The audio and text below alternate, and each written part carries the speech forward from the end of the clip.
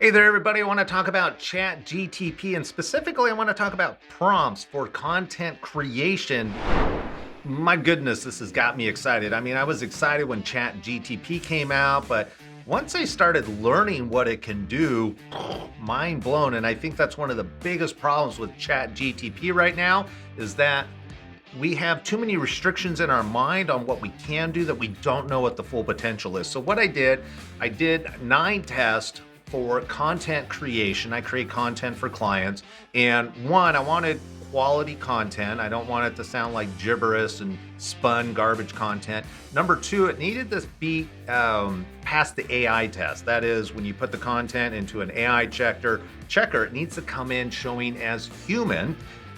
And well, there's more things. So let's get into the test, which I have up right here.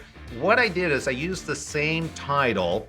However, what I asked for, I changed each time. I wanted to evolve to see what would happen. And because as I've been testing ChatGTP and kind of expanding things, I've actually broken it because I'm not asking the questions correctly. So this document that I'm going through right now, there'll be a link down below. You can go view it. You don't have to sign up for anything. Just go check it out as a reference tool. So when I have my prompt, this is what I actually put into ChatGTP. Afterwards, I wanted to pull a word count, making sure that I'm getting long format or, how long is the content. And then I ran it through, I believe it's Writer is the website that I took about 2 paragraphs because I can't put the whole thing in, but about 2 paragraphs, I went ahead and put that in and got a percentage of human. So at this point, if we were to grab this amount of the content, plug it in, it says it's about 45% human, not so great. But let's go back to the prompt. So a simple prompt where I was starting, and I would imagine a lot of people are, is just write a blog post using this title or write a blog post about whatever it is. So you'll notice as we go through, though, that the title is the same all the way through. This is what it wrote. I did not reformat anything, change anything. I copied it from ChatGTP, dropped it in here so you can see exactly what it does. And I think it reads well. Unfortunately, the AI detector goes, so we need to fix that. Also, I'm not a big fan of the word count. I like at least 450, 400, 450 or longer. For word count, but hey, if I can get it for free, let's get as much content, and we'll get into that in a little bit. So the other thing I wanted to do is formatting. Formatting, I think, is really is good from 2 point of views. One, it makes it more interesting for the reader. If you just started reading this, it looks plain, it looks vanilla, it looks boring. It doesn't offer any variety. I mean, it's nice that we've got some H2 tags here. However, it just looks kind of boring. So when we break content up and we have those H2 or H3 tags, we have some content, we break it up, we add some bullet points. So that was the next thing I did is I asked it to write a blog post using H2 tags and bullet points, and again, using the same title. The content itself was about the same as far as the word count. The AI detector, I think I went here through the first list, came in at 15%, so not very good. I will say I've been watching some videos from other SEO content creators who are using ChatGTP, and they are ranking brand new sites, supposedly, I got to take their word for it, brand new sites strictly by copy and pasting content directly out of GTP. And when I say brand new sites, one of them is doing very well, and it's only 2 months old. He's putting a lot of content out there, and it is in a competitive market space. So I find it interesting. However, I do feel that Google probably will penalize people if it's not already doing that, if it's blatantly AI generated content. And so we've got to fix that, which I'm going to do later. And one of the things I love about ChatGTP is that the content really does read well. Now, the other problem you can have with ChatGTP is if you screw up your prompts, you're not going to get the content that you want. Somehow, when I was copying and pasting and then editing my prompts, I really screwed this up. Use this title to create a long format. Well, the use this title is supposed to be all the way down here. So I made a little note. Be careful of prompts if you don't get the results that you want. And that's one of the reasons why I'm doing these tests, kind of changing one thing at a time. What is the evolution? How far can we take it? This does go to show that you can create outlines. ChatGTP will create outlines for you. All right, let's go to the next one, create a long form. So now I'm asking it, I'm not putting stipulations on how many words, but instead of just a blog, I want long form. Still using the HT, still using bullet points, still using the same.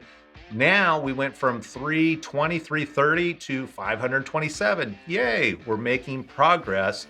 And what's really interesting is that this one came in at 100% human. Why that is, I'm not sure, but just kind of goes to show. The other thing I want to say with ChatGTP, it's kind of interesting. If we go up to this test here, you'll notice the bold. These are not actually H2 tags. However, it's bolded, which I like. And I found that in doing this test, sometimes it was bolded, sometimes it would give me the title. Let me see, did it give, yeah, so it gave me a title here, and down here it didn't, where are we at? Down here, it did not give me a title, and it didn't bold thing. I still got the bullet points and whatnot. So the format was a little bit different each time, which I thought was interesting. Now I wanted to play around with, well, what about the content that I'm writing? What is my intent? In this case, I want it to be educational and informative. So now I'm saying long content that is educational and informative. And then we're still using the H2 and the blah, blah, blah. All the things are the same. Word count went up a little bit. Human value dropped quite a bit. And the article itself, I'm going to leave it up to you. Go ahead and read through these if you would. I'm curious what your thoughts are, if this really made a difference, or is ChatGTP already just providing quality, informative information? Did I need to tell it what I was doing? But it would be interesting depending on your industry. Does it need to be professional? Does it need to be playful? So kind of playing with the voice that you want the articles to be could be a lot of fun. And dun, dun, dun, now we're getting down to how long can we actually get this? So instead of just putting long format, I want the longest blog post that is still educational and informative. I'm even prompting it that, hey, if you could write 1,000 words, that would be great. I want to be careful, and maybe this would be another test of saying write at least 1,000 words, because then you might start getting fluff if there's not enough information on the subject matter. So I'm asking it to use its own intentions. I don't know what the right word is. I know there's a better word than intentions, to kind of figure out like how long can I stretch this out and still be quality. Nope, I haven't done that yet. So we've the word count actually dropped a little bit, if I'm not mistaken, 538 compared to 549. So that really didn't make much of a difference in this case. The other thing I did find interesting as I'm rolling through this is that a lot of the content is unique. I mean, it's the same concept and those types of things, but each time I'm rolling through this test, and by the way, I always cleared out so it's not, it doesn't have reference to the prior articles. It's still coming up with kind of unique content. So you could almost write this one article, run it through 10, 5 times, whatever it is, and then kind of put those in a marketing calendar where you put one out today, one out a month from now, and whatnot. So kind of interesting, change the title a little bit. Here's the big key. Here's the big key. So with all these other articles, the human content detector typically was pretty low. There was that one anomaly at 100%, but essentially everything's coming through. And so I was thinking to myself, well, why not just tell it to write in the style of a human and not AI? Would that change the writing style, if you will, the voice of the content? And sure enough, one, it stretched it out a little bit. We got some more words back, but look at this. The first test I ran was at 100% human. The other thing that I started doing was I wanted it to be in the style of human AI. So I wanted to write some additional articles, make sure that first one that came in at 100% human wasn't an anomaly.